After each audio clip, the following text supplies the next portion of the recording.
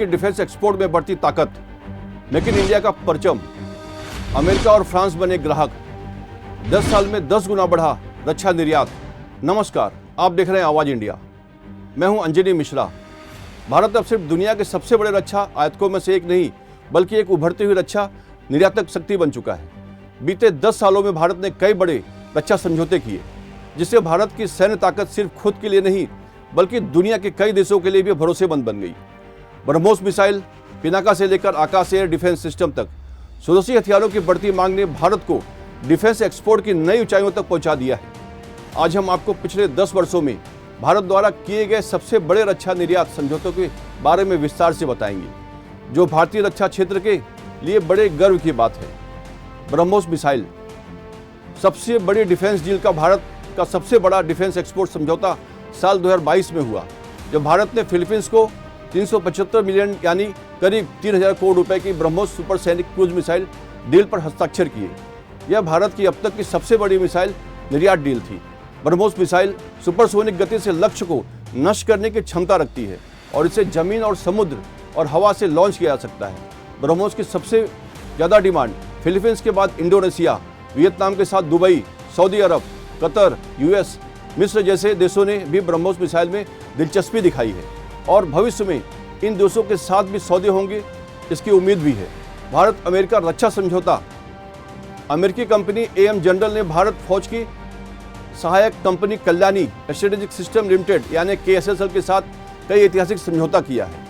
इस समझौते के तहत अमेरिका भारत में बनी 105 mm और 155 mm कैलिबर की घातक तोपें खरीदेगा। यह पहली बार होगा जब अमेरिका, जो खुद दुनिया को हथियार बेचता आया है, अब भारत से बड़ी मात्रा में हथियार खरीदेगा। दरअसल ये सिर्फ एक रक्षा सौदा नहीं है, बल्कि भारत की डिफेंस सेक्टर में बढ़ती ताकत का एक सबूत है। आकाश मिसाइल सिस्टम, आकाश मिसाइल डिफेंस सिस्टम भारत का एक प्रमुख सतह से हवा में मार करने वाला मिसाइल सिस्टम है।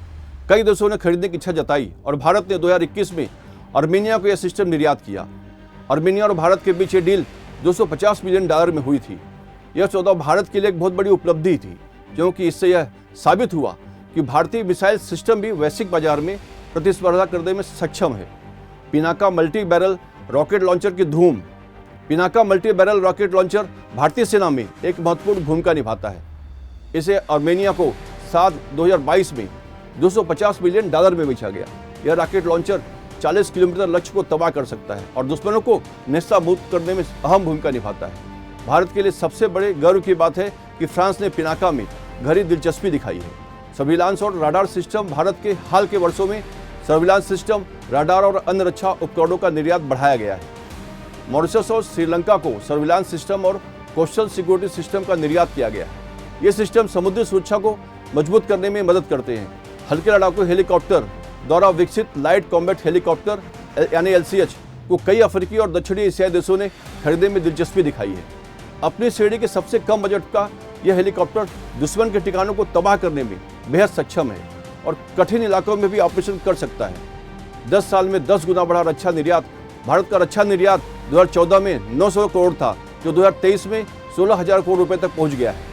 भारत इस पंचवर्षीय योजना तक इसे 35,000 करोड़ के लक्ष्य के सामने आगे बढ़ रहा है।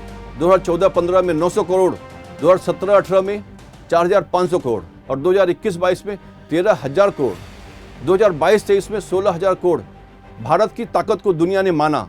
भारत अब सिर्फ दुनिया के सबसे बड़े रक्षा आयातकों में नहीं, बल्कि सबसे बड़े रक्षा निर्यातकों में शामिल होने की ओर बढ़ रहा है।